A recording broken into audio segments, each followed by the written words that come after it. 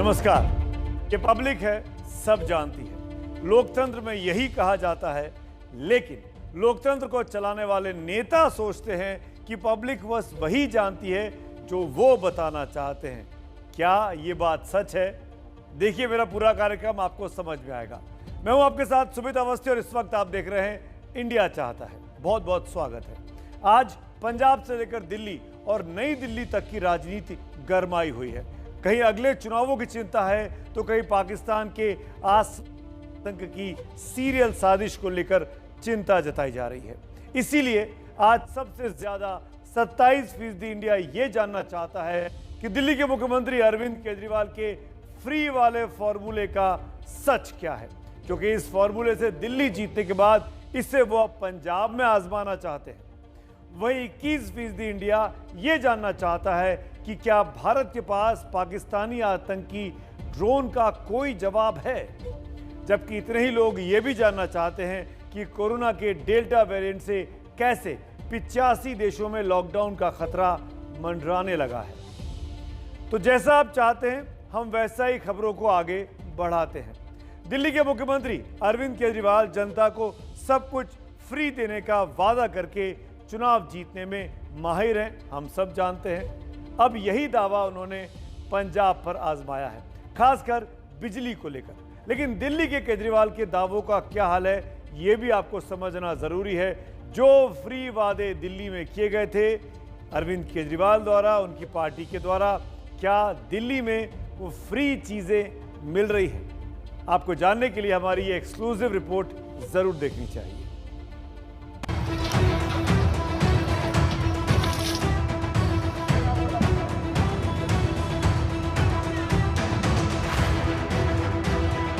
पानी के बिल से भी दुखी है लोग। कौन कौन दुखी है? अब अगले कुछ वर्षों में 100% दिल्ली में हर घर में टूटी से पानी जाएगा।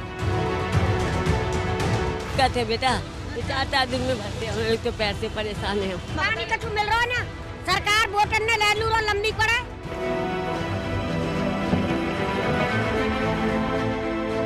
आने वाले 5 सालों में हम प्रयास करेंगे और गारंटी देते हैं कि आपको 24 घंटे पानी मिलेगा। चुन्नू आओ, मुन्नू आओ, बबलू आओ, सलमा आओ, सलमान भी आओ, रविंदर आओ, सतिंदर भी आओ, सब कोई आओ। भीड़ हो जाती है उस खाली। ये होता है ना कि धक्का मुक्की हो जाती होगी या फिर कुछ भी होती है। बाल्टी लाओ, भगोना लाओ, ड्रम लाओ, जो भी मिले लेकर आओ, जल्दी आओ, क्योंकि आ गई है साहेब की सौगात, वो भी बिल्कुल फ्री फ्री फ्री। यही तो वादा था, पानी फ्री होगा तो भर लो जितना जी चाहे। दिल्ली वाले 7 साल से फ्री का पानी पी पी कर अघा गए हैं। हम लोग के टोटी के पानी लगाया मगर वो गंदा आता है, कभी आता है कभी नहीं आता। इतना भीड़ लगती है ना, यहाँ पे भी कभी कभी मिलता है, कभी कभी नहीं मिलता है। दिल्ली को अपने हाल पर छोड़कर अब केजरीवाल पंजाब चले गए हैं।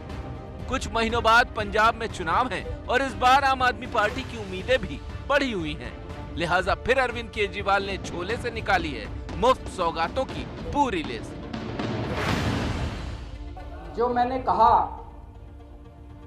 ये केजरीवाल की गारंटी है। जैसे ही सरकार बनेगी पहली कलम से पंजाब के अंदर 300 यूनिट बिजली माफ कर दी जाएगी। पुराने सारे बिजली के बिल माफ कर दिए जाएंगे। पंजाब को तो वादों का लॉलीपॉप दे दिया, लेकिन दिल्ली वालों का क्या? दिल्ली वालों से किए वादों का क्या? ये दिल्ली के अलग अलग इलाकों की तस्वीरें हैं। पानी के लिए मारामारी मची है। टैंकर आते ही सबको पानी लेने की जल्दी है। यहाँ रहने वालों का हाल भी बहुत बुरा है। सुबह उठ के 5-6 बजे से इंतजार करने लगते हैं, अब आएगा टैंकर, अब आएगा पानी भरेंगे। टैंकर समय पर आ जाए तो सारे लोग एक साथ निकल के बाहर उनका वेट करें। इस इलाके में ये काम रोज का है। रात पानी के लिए तरसते गुजर जाती है और सुबह से लेकर शाम पानी के टैंकर के इंतजार में। पानी मिलने का फॉर्मूला वही है जिसकी लाठी उसी की भैंस। इसीलिए बहुत लोगों को पानी मिल नहीं पाता। आए दिन रोज झगड़ा होता है पानी की वजह से। कभी किसी का सर फूट जाता है, कभी किसी के हाथ पैर में चोट लग जाती है। एक बच्चे के यहाँ पे पैर भी कट गया टैंकर पे चढ़ने से। गर्मी में दिल्ली के इन इलाकों में पानी की किल्लत आम बात है। पिछले 15 सालों में सरकार बदल गई, लेकिन इनकी किस्मत नहीं। केजरीवाल के वादों पर एतबार किया, लेकिन हासिल कुछ नहीं हुआ। मिला तो एक और वादा। अब अगले कुछ वर्षों में 100% दिल्ली में हर घर में टूटी से पानी जाएगा। ये पहली चीज। आने वाले 5 सालों में हम प्रयास करेंगे और गारंटी देते हैं कि आपको 24 घंटे पानी मिलेगा। आपकी टूटी में मिलेगा, 24 घंटे पानी मिलेगा और शुद्ध साफ पानी मिलेगा। अब जब केजरीवाल ऐसा ही वादा पंजाब में कर रहे हैं, तो इन तस्वीरों के बहाने विपक्ष भी दिल्ली सरकार पर उंगली उठा रहा है। केजरीवाल साहब कहते थे कि मैं दिल्ली को हर घर के अंदर पानी की पाइपलाइन दूंगा। आज उनको सत्ता में आए हुए 6 साल हो गए हैं, लेकिन पानी की पाइपलाइन घर घर के अंदर 24 घंटे पानी तो दूर, लोगों को पानी मिलना दूभर हो गया है। दूसरी तरफ आम आदमी पार्टी पानी की सप्लाई में दिक्कतों का हवाला दे रही है। और डिमांड सप्लाई में थोड़ी मिसमैच जरूर होती है और कई जगह छोटी छोटी समस्याएं आती हैं, लेकिन जल बोर्ड पूरी तरह से तत्पर होकर ये कोशिश करती है कि जहाँ जहाँ पानी की समस्याएं हैं वहाँ पानी की सुविधाएं दी जाएं। पानी का कोई रंग नहीं होता, लेकिन मुफ्त वाले पानी का भी कोई रंग नहीं है। केजरीवाल जी समझ रहे होंगे।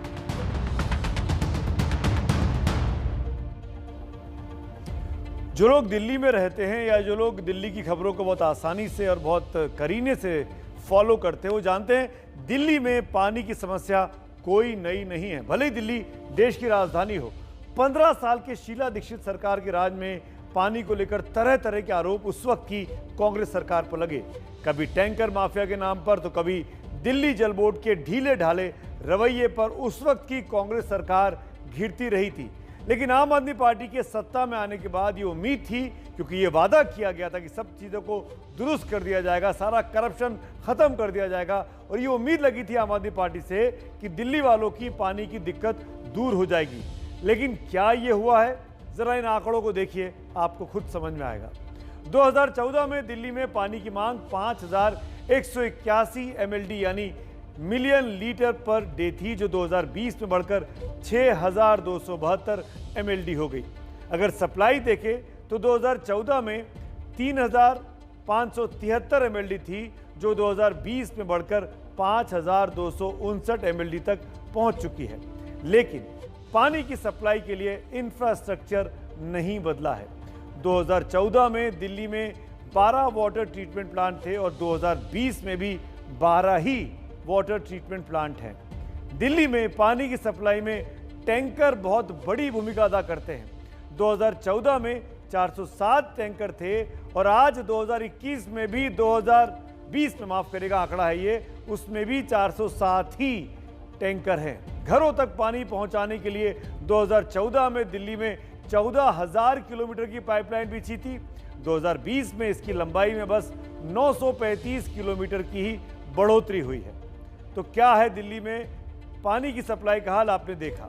तो केजरीवाल सरकार से उम्मीद थी कि वो अपने वादों को तेज रफ्तार से पूरा करेगी, लेकिन कई वादे अधर में लटके हैं, तो कई पर काम सुस्त रफ्तार से चल रहा है। और दूसरी तरफ केजरीवाल दिल्ली को दिखाकर पंजाब में वोट बटोरने की जुगत में लगे हैं। तो दिल्ली में जो काम कहा नहीं कर पाए, पानी को लेकर, बिजली को लेकर जो वादा पंजाब में कर आए हैं, क्या उस पर पंजाब की जनता को भरोसा करना चाहिए? मैंने आपके घर का बेटा बन के आपका पानी का बिल भर दिया, आपको नहीं भरने दिया। आज भरा मैंने पानी, कल वो पानी में कीड़ा हो जाता है। जीतने से पहले उन्होंने भी वादा किया, आप हमें जिताओ, हम नल से जल देंगे। कह रहे हैं वहाँ पॉसिबल नहीं है पानी। केजरीवाल ने भी खैर बोला था, क्या नाम है, कि हम नल से टूटी से पानी देंगे। आज तक उन्होंने पानी नहीं दिया। अपने घर में कभी कोई बीमार हुआ, उसके इलाज का इंतजाम किया।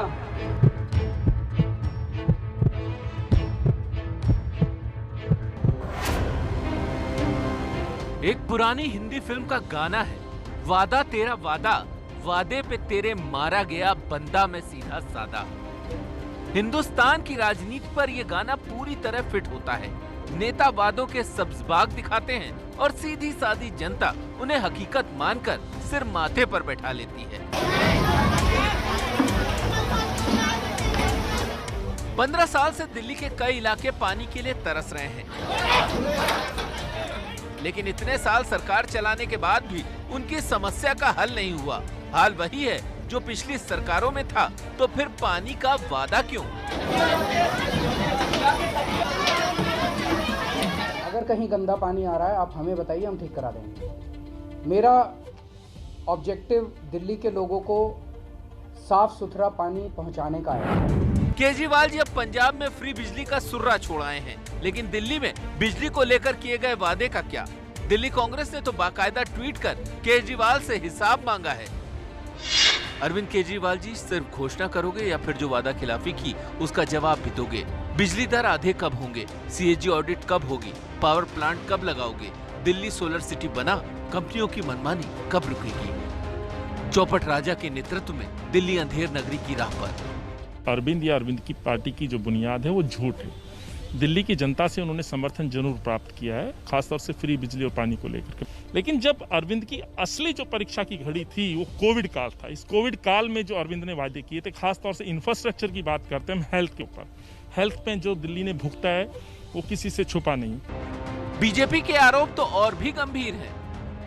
वही अरविंद केजरीवाल है जो दिल्ली में वादा करके सत्ता में आए थे कि मैं दिल्ली को पानी माफ और बिजली हाफ करूंगा।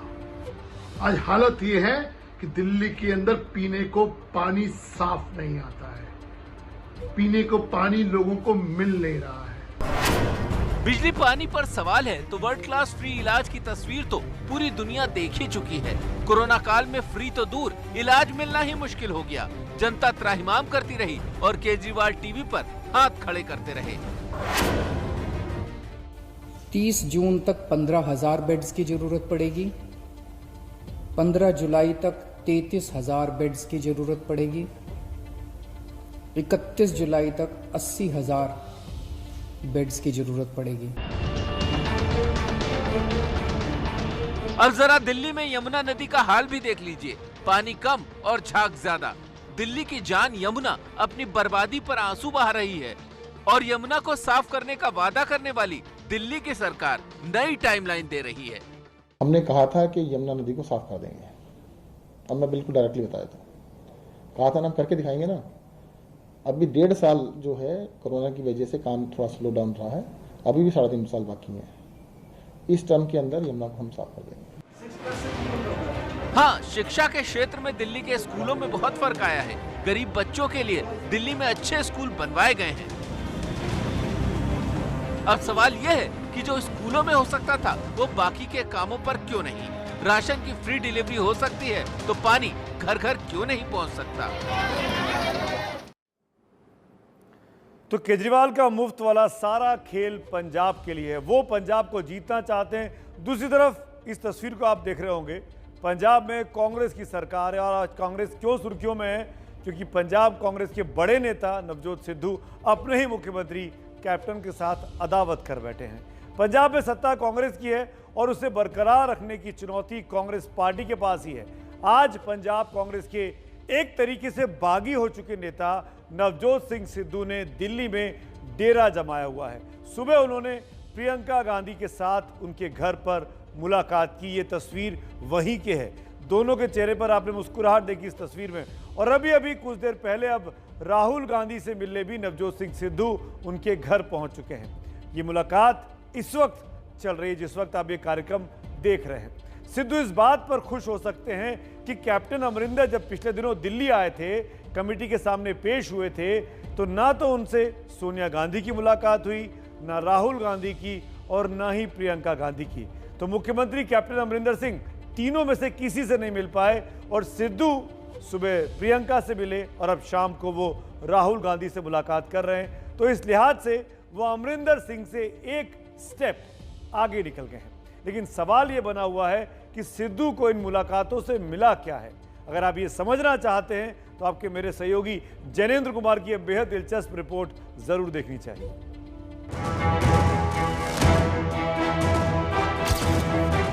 एक अदद तस्वीर, दो मुस्कुराते चेहरे। सिद्धू मुस्कुरा रहे हैं कि प्रियंका से मिल लिए, प्रियंका मुस्कुरा रही हैं कि सिद्धू को मना लेंगी। पंजाब में अपने कैप्टन के खिलाफ ही झंडा बुलंद करने वाले नवजोत सिंह सिद्धू का आज प्रियंका गांधी वाड्रा से मिलना कांग्रेस की राजनीति में नई हलचल का सबब है। तो सवाल है कि क्या सिद्धू को नेहरू गांधी परिवार के दरबार में कैप्टन पर तवज्जो मिल गई है? राहुल जी बहुत सारे नेताओं से मिले हैं, जिनमें पंजाब के नेता बहुत बड़ी संख्या में हैं, और कोई भी व्यक्ति उनसे कोई भी नेता मिल सकते हैं, इसमें कहीं कोई वो नहीं है। अब आप क्रिकेट वाले सिद्धू और कैप्टन अमरिंदर सिंह के झगड़े को फुटबॉल की तर्ज पर समझिए। आखिर पंजाब की हुकूमत इन दोनों नेताओं की महत्वाकांक्षाओं के पैरों तले फुटबॉल बनती दिख रही है। तो इस खेल में सिद्धू फिलहाल 2-0 से बढ़त लिए दिखते हैं। सिद्धू की पहली बढ़त, कैप्टन के सामने 18 सूत्री कार्यक्रम। पहली बार सिद्धू को एक हफ्ते पहले बढ़त मिली थी, जब कांग्रेस की बनाई गई कमेटी ने कैप्टन अमरिंदर सिंह के सामने 18 सूत्री कार्यक्रम रख दिया था। ये वही कार्यक्रम थे जिनकी मांग सिद्धू करते रहे हैं। पंजाब के हर एक नागरिक को हिस्सेदार बनाना है, भागीदार बनाना है और इस ताकत को उन तक पहुंचाना है और हर पंजाब विरोधी ताकत को हराना है। हालांकि इस बीच कैप्टन अमरिंदर भी दिल्ली आए, लेकिन उनकी सोनिया गांधी तो दूर, राहुल और प्रियंका गांधी से भी मुलाकात नहीं हो पाई। सिद्धू की दूसरी बढ़त, सिद्धू की प्रियंका से मुलाकात। यहां कैप्टन 0 रह गए, जबकि सिद्धू दिल्ली आए और उनकी प्रियंका से मुलाकात हो गई। इस मुलाकात की कहानी भी लंबी और टेढ़ी मेढ़ी है। आज प्रियंका के घर पर पहले सिद्धू पहुंचे। सिद्धू से थोड़ी देर बात करने के बाद प्रियंका अपने घर से निकली और राहुल गांधी के घर चली गई। राहुल के साथ मुलाकात के बाद वो 45 मिनट में वापस अपने घर आ गई। फिर सिद्धू के साथ उनकी एक ही बार में दूसरी राउंड की बात हुई, जिसके बाद ये तस्वीर सामने आई और इस तस्वीर के साथ सिद्धू का ये ट्वीट भी आया कि प्रियंका गांधी के साथ लंबी मुलाकात हुई। मुलाकात की बात तो सिद्धू ने लिख दी, लेकिन सवाल है कि इस बातचीत में निकला क्या और खुद सिद्धू क्या करेंगे, जिनके बारे में उनके विरोधी कहते हैं कि वो उड़ता तीर हैं, खुद को भी लग सकते हैं। यार नवजोत सिंह सिद्धू एक मिसगाइडेड मसाइल है, जिहदा कोई कंट्रोल नहीं है। किते मर्जी डायरेक्शन हो सकती है, किते मर्जी वज सकती है, अपने ते ही वज सकती है उहदे। इस पर सिद्धू भले कह रहे हों कि वो बिल्कुल गाइडेड हैं, लेकिन कांग्रेस आलाकमान दुविधा में दिखता है। इसकी वजह न सिर्फ कैप्टन और सिद्धू का झगड़ा है, बल्कि दोनों की मजबूती और मजबूरी भी है। सिद्धू की बात करें तो वो महत्वाकांक्षी हैं, अपनी तुनक मिजाजी के कारण किसी को दुश्मन बना लेते हैं और यही वजह है कि आज पार्टी में पंजाब में ही कोई उनके साथ नहीं है। दूसरी तरफ कैप्टन की बात करें तो उनके खिलाफ 5 साल की सत्ता विरोधी लहर हो सकती है। पंजाब में ही सिद्धू से परगट सिंह से लेकर प्रताप सिंह बाजवा तक तमाम बड़े नेता नाराज हैं और बताया जाता है कि राहुल और प्रियंका की गुड बुक में भी वो नहीं शामिल हैं। दोनों की कमियों को देखकर कांग्रेस नेतृत्व किसी एक को न वनवास दे सकता है, न किसी एक पर सब कुछ न्योछावर कर सकता है। उसे दोनों को साधना है और इन दोनों को साधने के चक्कर में सवाल है कि आज सिद्धू को क्या मिला। दिल्ली में प्रियंका गांधी से मुलाकात कर नवजोत सिंह सिद्धू एक बार फिर यह संदेश देने में कामयाब रहे कि कांग्रेस आलाकमान यानी गांधी परिवार से उनकी नजदीकी है। लेकिन सवाल यह है कि इस नजदीकी से, इस मुलाकात से सिद्धू को हासिल क्या होगा। जानकारों का मानना है कि पंजाब कांग्रेस में सुलह के लिए सभी पक्षों को थोड़ा झुकना पड़ेगा। देखना होगा कि गांधी परिवार से नजदीकी का लिहाज कर सिद्धू थोड़ा झुकते हैं या फिर इस नजदीकी का फायदा उठा करके अपनी प्रेशर पॉलिटिक्स में कामयाबी हासिल करते हैं। कैमरा पर्सन प्रवीण दीक्षित के साथ जैनेंद्र, एबीपी न्यूज, दिल्ली। कांग्रेस में किचकिच जमकर मची है। पंजाब इसका एक उदाहरण है। कैप्टन से नाराज है सिद्धू, दिल्ली में डेरा जमाए हुए हैं। जब तक आप ये खबर देख रहे हैं, इस बीच एक बड़ी खबर ये सामने आ गई है कि अब कैप्टन अमरिंदर सिंह ने अपने समर्थन वाले तमाम विधायकों को अपने फार्म हाउस पर कल दोपहर में लंच पर बुला लिया है। यानी कैप्टन अमरिंदर सिंह दिल्ली में जो कुछ हो रहा है उससे खुश नजर नहीं आ रहे और अपनी लामबंदी की वो तैयारी कर रहे हैं। और कैप्टन क्यों नाराज हैं उसको समझने के लिए आपको ये कुछ आंकड़े आपके सामने बारी बारी से दिखाऊंगा, क्योंकि अमरिंदर सिंह और नवजोत सिंह सिद्धू का झगड़ा दिल्ली दरबार में अब तक सुलझ नहीं पाया है और इसको सुलझाने में प्रियंका गांधी वाड्रा की आज की भूमिका बहुत बड़ी और खास तौर पर देखी जाएगी। जो काम राहुल गांधी के साथ अपेक्षित था वो राहुल कम और प्रियंका गांधी करती हुई ज्यादा दिखाई दी। हम ऐसा क्यों कह रहे हैं, देखिए आज दिल्ली में प्रियंका गांधी की कई सारी अहम मुलाकातें हुई। सबसे पहले प्रियंका गांधी अपने घर से निकली और वो नवजोत सिंह सिद्धू के साथ उनकी मुलाकात होती है अपने घर पे। फिर सिद्धू प्रियंका के घर पर ही रुके रहते हैं और प्रियंका अपने भाई राहुल के यहाँ जाती हैं और उनसे जाकर मुलाकात करती हैं। 45 मिनट में राहुल गांधी से मुलाकात करके प्रियंका वापस अपने घर पर लौटती हैं, जहाँ पर नवजोत सिद्धू उनका इंतजार कर रहे थे। और इस बीच सिद्धू इस मुलाकात के बाद वापस अपने 5 स्टार होटल में चले जाते हैं और प्रियंका अपनी माँ यानी सोनिया गांधी के पास जाती है, उनके घर पर 10 जनपथ पर मुलाकात करने के लिए। अपनी माँ के घर से निकलकर जब प्रियंका बाहर निकलती हैं तो वो फिर से अपने भाई राहुल गांधी के घर जाती हैं, जो कि लोधी रोड पर रहते हैं। और वहाँ से दोनों भाई बहन यानी राहुल और प्रियंका मिलकर एक बार फिर एक साथ अपनी माँ के घर 10 जनपथ पहुँचते हैं। तो सोनिया के घर से तीनों ही राहुल गांधी के घर पर पहुँचे, यानी एक बार फिर तमाम जो एक्शन था वो 10 जनपद से शिफ्ट होता है राहुल गांधी के घर पे लोधी रोड पे, जहां पर मां बेटा बेटी एक साथ होते हैं। वहां से राहुल गांधी अपनी मां को छोड़ने वापस खुद 10 जनपद तक जाते हैं। इस दिल्ली दर्शन में जो आज दोपहर भर चला, क्या हुआ ये अभी पता चलना बाकी है, क्या नहीं हो पाया ये भी अभी पता चलना बाकी है। लेकिन देखा जाए तो इस मुलाकात में प्रियंका कमोबेश हर जगह कॉमन फैक्टर रही। पिछले 2.5-3 साल से कांग्रेस जब जब किसी मुश्किल में पड़ी है तो प्रियंका ने ही पार्टी में संकट मोचक की भूमिका निभाई है, चाहे पंजाब का झगड़ा हो या फिर राजस्थान में सचिन और गहलोत का बीच का। सबके लिए पंचायत अगर कहीं हो रही होती है उसको सुलझाने का काम प्रियंका करती है। देखिए हमारी ये खास रिपोर्ट। योद्धा वही जो जूझे रण के अंदर, मित्र वही जो समय पे काम आए। कैप्टन सिद्धू का झगड़ा कैसे सुलटेगा? जवाब है प्रियंका है ना। प्रियंका जी के आने के बाद भाई की जो ताकत है राहुल भाई की, वो मतलब इतनी मल्टीप्लाई कर गई है, it has multiplied many fold. Rajasthan में पायलट को क्रैश लैंडिंग से कौन बचाएगा? जवाब है प्रियंका है ना। जब प्रियंका जी और राहुल जी से हमारी मुलाकात हुई, इन सब बातों को हमने रखा। इसके अलावा कुछ और इश्यूज थे, उन सबको उन्होंने बहुत ध्यानपूर्वक सुना। कांग्रेस में असंतुष्ट गुट की नाराजगी दूर कैसे होगी? जवाब है प्रियंका है ना। प्रियंका गांधी जी को मैं बहुत बहुत हार्दिक बधाई देता हूं। हमारे साथ मिलकर उसने ये काम किया। अहमद पटेल के गुजर जाने के बाद कांग्रेस में संकट मोचक कौन है? जवाब है प्रियंका है ना। तो कांग्रेस में लाख मर्ज की एक दवा है और वो है प्रियंका गांधी वाड्रा। 2 साल से एक अदद अध्यक्ष के लिए जिस पार्टी की आत्मा कलप रही है, उसकी मुश्किलों की पतवार प्रियंका ही थामी हुई है। Her main job, as we have sort of discussed, is to help revive the Congress party idea in Uttar Pradesh. Priyanka की राजनीति तब शुरू हो गई थी जब 23 साल पहले उनकी मां बेल्लारी और अमेठी से चुनाव लड़ रही थी। तब मां के चुनाव प्रचार का जिम्मा प्रियंका ने उठाया। ये कहने की जरूरत तो नहीं है कि मेरे परिवार ने कितना इस क्षेत्र के लिए किया है। मैं जानती हूँ, इसलिए मैं यहाँ हूँ क्योंकि मैं जानती हूँ कि मेरी माँ के दिल में आप लोगों के लिए एक खास जगह है। वो आपसे बहुत प्यार करती हैं। वो कभी पर्दे के आगे तो नहीं आई, लेकिन कांग्रेस की परिभाषा बताती है। भाइयों बहनों, ये कांग्रेस की उम्र हो गई 125 साल।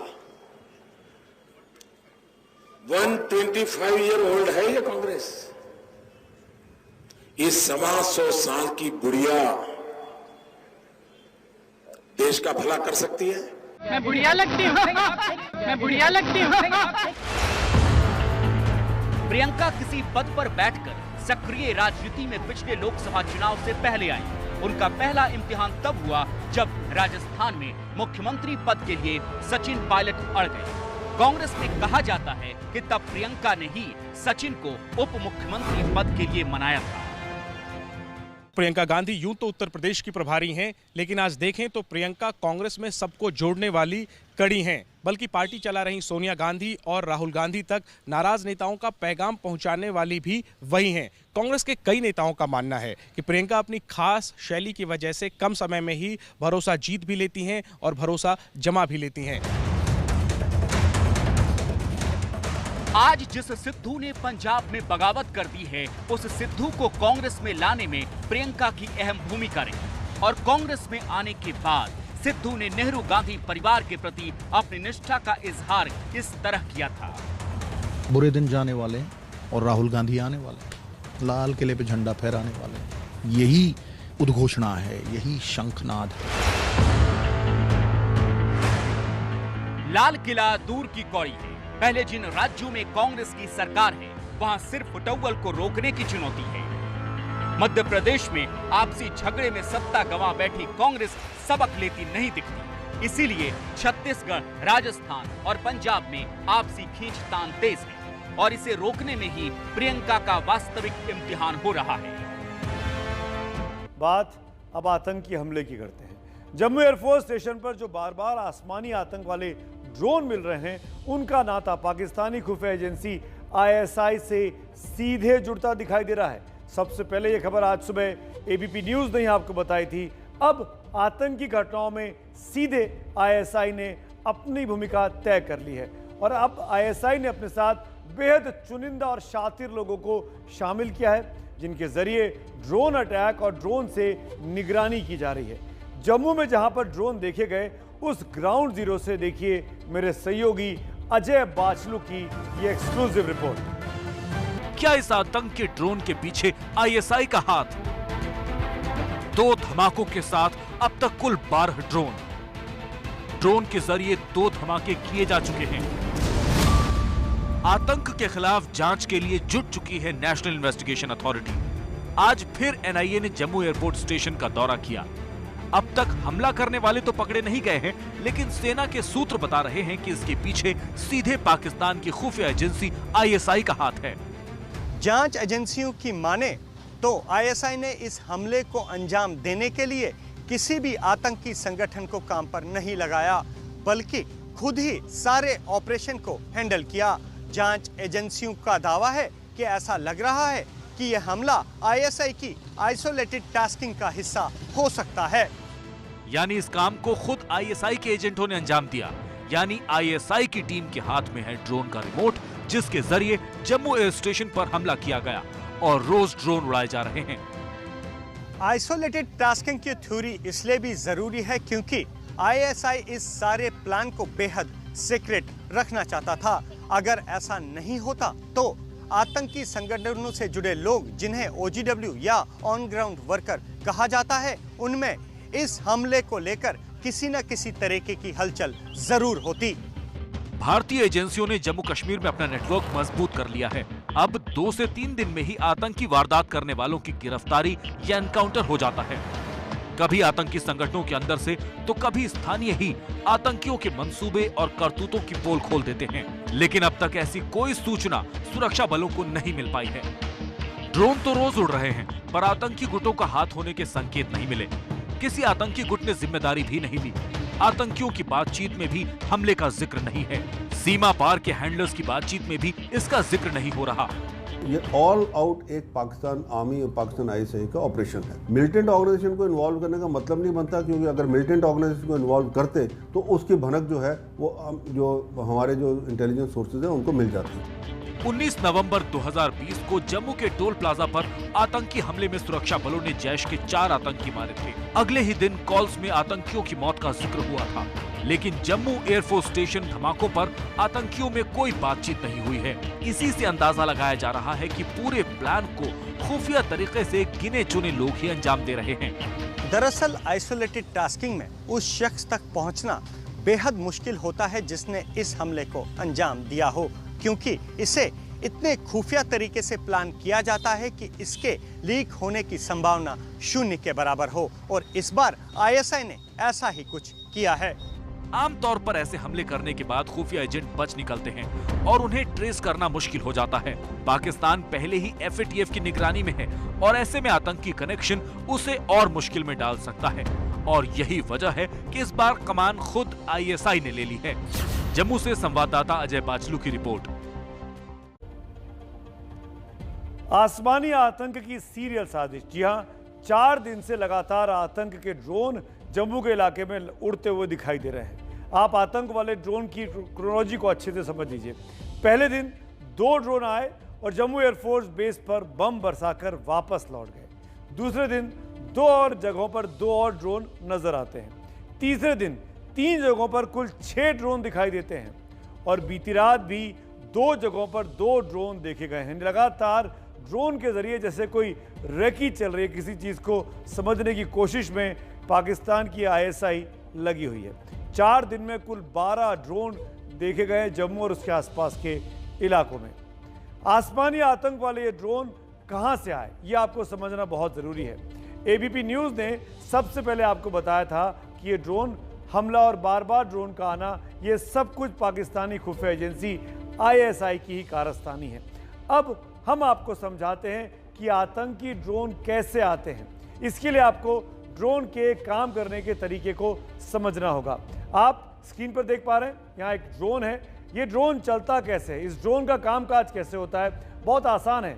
आजकल घरों में है, अब तो लोग मोबाइल से भी ऑपरेट कर लेते हैं। मैं आपको ऑपरेट करके दिखाता हूँ। इस ड्रोन को हम यहाँ से उड़ाते हैं। मैं इसका बटन दबाऊंगा मोबाइल का और ये ड्रोन उड़ना शुरू करेगा। देखिए, स्टार्ट हो गया और ये ड्रोन उड़ा। इसी तरह ड्रोन ऊपर उड़ता है असलियत में भी, और कई ड्रोन तो जैसा कि मैंने आपको बताया मोबाइल से भी एक्सेस किए जा सकते हैं, उसी तरीके से उड़ाए जा सकते हैं। जैसे रिमोट से बच्चे वाला कोई खिलौना होता है ना, जो आपके घरों में भी होगा, आपने देखा होगा, उसी अंदाज में ये ड्रोन काम करते हैं। उनका कंट्रोल भी उसी तरीके से होता है। बहुत आसान सा दिखाई देता है, जो एक बार प्रैक्टिस कर ले वो इसको उड़ा सकता है। लेकिन ISI ने खिलौने जैसी चीज से आतंक का खेल कैसे खेला, ये भी आपको अब समझना चाहिए। ये साजिश ISI की है, इसमें कोई दो राय नहीं बची। इसमें पाकिस्तान से एजेंट एयरफोर्स बेस के पास भेजा गया। एयरबेस पर टारगेट रिहायशी इलाके में बैठकर सेट किए गए होंगे। इन आतंकी ड्रोन की उड़ान कम दूरी से हो सकती है ताकि किसी की पकड़ में ना आए। और हाँ, ये हमला रिमोट से किया गया होगा, यानी रिमोट से बटन दबाया होगा। जो बम, जो पेलोड लेकर यह ड्रोन उड़ रहा होगा, वो पेलोड उस जगह पर, वो बम उस जगह पर गिरा दिया गया होगा। इस हमले में ISI का हाथ इसलिए भी दिखता है कि किसी आतंकवादी संगठन ने अब तक इसकी जिम्मेदारी नहीं ली है। भले ही ISI की ये हिमाकत हो, लेकिन हिंदुस्तान न सिर्फ एंटी ड्रोन सिस्टम को मजबूत कर रहा है, बल्कि DRDO ने इस पर अब काम भी शुरू किया है। बावजूद इसके इजराइल जैसे देशों में एंटी ड्रोन सिस्टम को खरीदने की जरूरत विशेषज्ञ भी महसूस कर रहे हैं। हमने देखा कि ड्रोन बन सकता है तबाही का सबसे खतरनाक हथियार।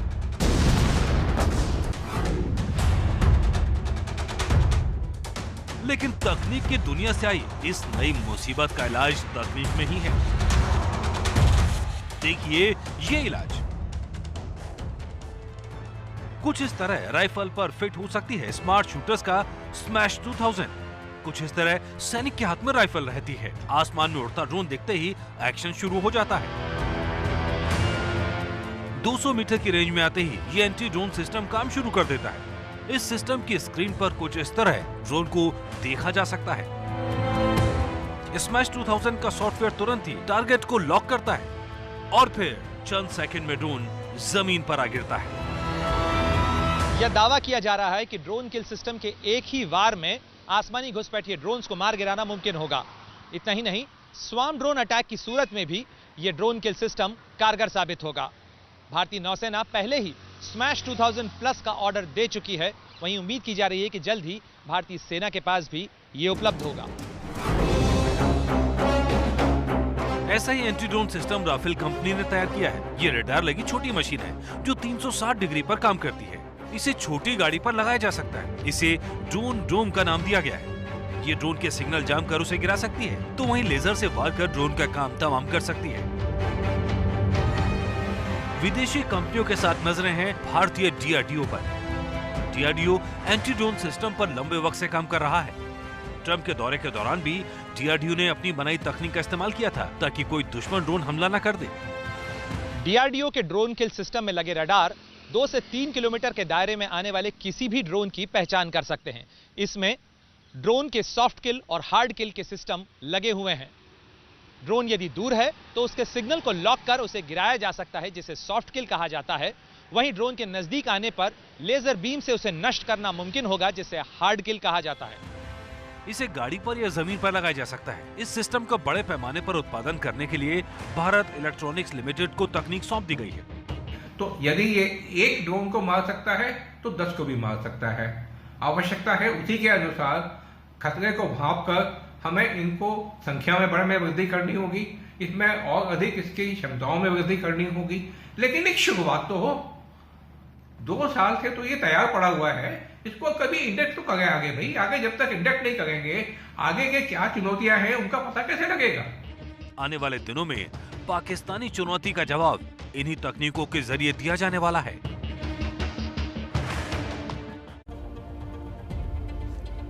तो आपने कुल मिलाकर देखा कि किस तरीके से ड्रोन जो है वो बेहद खतरनाक हथियार के तौर पर इन दिनों इस्तेमाल कर रहे हैं आतंकी। आगे बढ़ेंगे, बात करेंगे एक और खतरे की। कोरोना की दूसरी लहर ने हिंदुस्तान को बहुत रुलाया है। सबसे बड़ा खतरा बनकर इस वक्त ये महामारी दिखाई दे रही है। अस्पतालों में बेड, ऑक्सीजन, दवाइयों की किल्लत इस कदर हुई कि लोगों की जान पर बनाई थी। शमशानों और कब्रिस्तानों में जगह कम पड़ने लगी थी। जो लोग कोरोना से मर गए उनके लिए मुआवजा देने से सरकार ने आनाकानी की, तो अब सुप्रीम कोर्ट को इस पर दखल देना पड़ा है।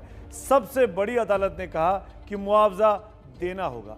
अब देश में अब तक 3,98,000 लोगों को कोरोना की वजह से उनकी मौत हो चुकी है। अगर सरकार सबको, हम कुछ आंकड़े आपको दिखाते हैं, अगर सरकार को 50,000 रुपये प्रति व्यक्ति मुआवजा देना पड़ा तो 1,992 करोड़ रुपए सरकारी खजाने के खर्च हो गए। अगर 1 लाख रुपए का मुआवजा देना कोर्ट तय कर देता है तो 3,984 करोड़ रुपए का खर्चा आने वाला है। और यही अमाउंट अगर 2 लाख प्रति मौत का होने वाला है तो सरकारी खजाने से 7,968 करोड़ रुपए निकालने होंगे। जबकि 4 लाख जैसा कि मांग की गई थी, जो कि पिटीशन थी सुप्रीम कोर्ट में, अगर वही 4 लाख की बात मान लेता है एनडीए में, तो उस हिसाब से सरकार को 15,938 करोड़ रुपए अब तक के हिसाब से 3,98,000 की मौत के हिसाब से खर्च करने पड़े होंगे।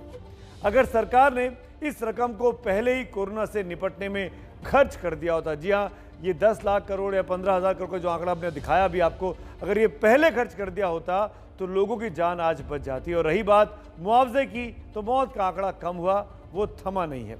आज भी कोरोना से 817 मौत रिकॉर्ड की गई हैं, यानी 4 लाख के हिसाब से आज का मुआवजा हुआ 32 करोड़ 68 लाख रुपए। अब देखिए कि सुप्रीम कोर्ट ने आज मुआवजे पर क्या हुआ, क्या कहा। आराधना हो, भावना हो, या ऐसे ही हजारों बच्चे और लाखों परिजन, कोरोना ने उनके परिजनों को छीनकर उन्हें बेसहारा छोड़ दिया है। सरकारी रिकॉर्ड के मुताबिक करीब 4 लाख मौत हो चुकी हैं। सरकार ने ऐसे परिजनों को राहत नहीं दी तो सुप्रीम कोर्ट को बीच में आना पड़ा। सुप्रीम कोर्ट में केंद्र सरकार ने दलील दी थी कि इस समय केंद्र और राज्यों को कम राजस्व प्राप्त हो रहा है, लेकिन उनके खर्चे बहुत अधिक बढ़े हुए हैं। ऐसे में कोरोना से हुई लाखों मौतों के लिए 4-4 लाख रुपए का मुआवजा दे पाना आर्थिक रूप से संभव नहीं होगा। लेकिन कोर्ट ने अपने फैसले में ये कहा है कि नेशनल डिजास्टर मैनेजमेंट एक्ट के तहत राष्ट्रीय आपदा से हुई मौत का मुआवजा देना सरकार का वैधानिक कर्तव्य है। कोरोना मृतकों के परिवारों को राहत वाली याचिका पर सुप्रीम कोर्ट में सुनवाई चल रही थी, जिसमें सुप्रीम कोर्ट ने आदेश दिया जिनकी मौत कोरोना के कारण हुई है, सरकार उनके परिवारों को मुआवजा दे। ये मुआवजा कितना होना चाहिए, ये खुद सरकार तय करे। कोरोना से मौत होने पर डेथ सर्टिफिकेट बनाने का सिस्टम आसान किया जाए। केंद्र उन व्यक्तियों के परिवारों के लिए इंश्योरेंस स्कीम लाए जिनकी जान आपदा में गई है। एनडीए में राहत के नियमों के तहत पीड़ित परिवारों के लिए गाइडलाइंस 6 हफ्तों के भीतर जारी की जाए। We demand compensation should be given. We demand that the central government should accept its accountability and responsibility for the large number of deaths which have taken place. Modi सरकार ने जो अनाथ हुए बच्चे थे उनको 10 लाख रुपया देने की बात 23 साल की उम्र में मिलेगा। 10 साल से उम्र कम वाले बच्चों को केंद्रीय विद्यालय में एडमिशन मिलेगी। 11 साल से 18 साल वालों को रेजिडेंशियल स्कूल में नवोदय विद्यालय में एडमिशन मिल सकती है। ये सब प्रावधान किए। इसके अलावा भी अगर किसी और को राहत देनी होगी तो जो सुप्रीम कोर्ट ने ऑर्डर किया उस पर भारत सरकार विचार करेगी। इस मामले में कई याचिकाकर्ताओं द्वारा अपील की गई थी कि जिनकी कोरोना से मौत हुई उनके परिजनों को आपदा एक्ट के तहत 4 लाख रुपए मुआवजा मिलना चाहिए। हालांकि केंद्र सरकार ने मुआवजा देने से हाथ खड़े कर दिए थे, जिसके बाद सुप्रीम कोर्ट को दखल देना पड़ा। दिल्ली से निपुण सहगल की रिपोर्ट। यूं तो मौत की कोई भरपाई नहीं हो सकती, लेकिन मुआवजे के मलहम से उन परिवारों का दर्द जरूर कम हो सकता है। कोरोना से मौत का आंकड़ा थम सकता है अगर हम थोड़ी सी सावधानी बरतें। और सावधानी ये बरतनी है कि हम आपको भीड़ भाड़ से बचना है, सामाजिक दूरी का पालन करना है और मास्क हर हाल में पहनना है। #मास्क अप इंडिया की मुहिम की शुरुआत एबीपी न्यूज़ ने इसीलिए की है कि हम हर हिंदुस्तानी को प्रेरित कर सकें कि आपको तीसरी वेव से अगर बचना है तो मास्क को पहन के रखना है। चाहे आपने वैक्सीन लगवा ली है, दोनों डोज लगवा ली है, तब भी मास्क जरूर पहनिए। अनलॉक का समय, देश खुल रहा है, अर्थव्यवस्था को पटरी पर लाना हम सबका फर्ज है, लेकिन वो तभी सक्सेसफुल होगा जब दोबारा लॉकडाउन ना लगे। और दोबारा लॉकडाउन तब नहीं लगेगा जब हम हमेशा मास्क पहन कर रहेंगे। और अब इस बीच एक और बुरी खबर फिल्मी दुनिया से आई है।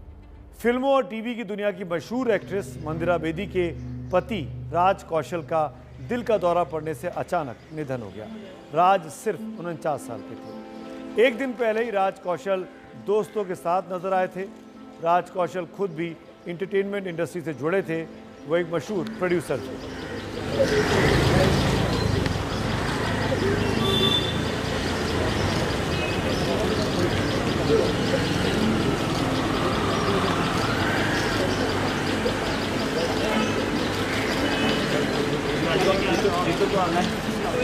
Just get the papers. मैं जा रहा हूँ।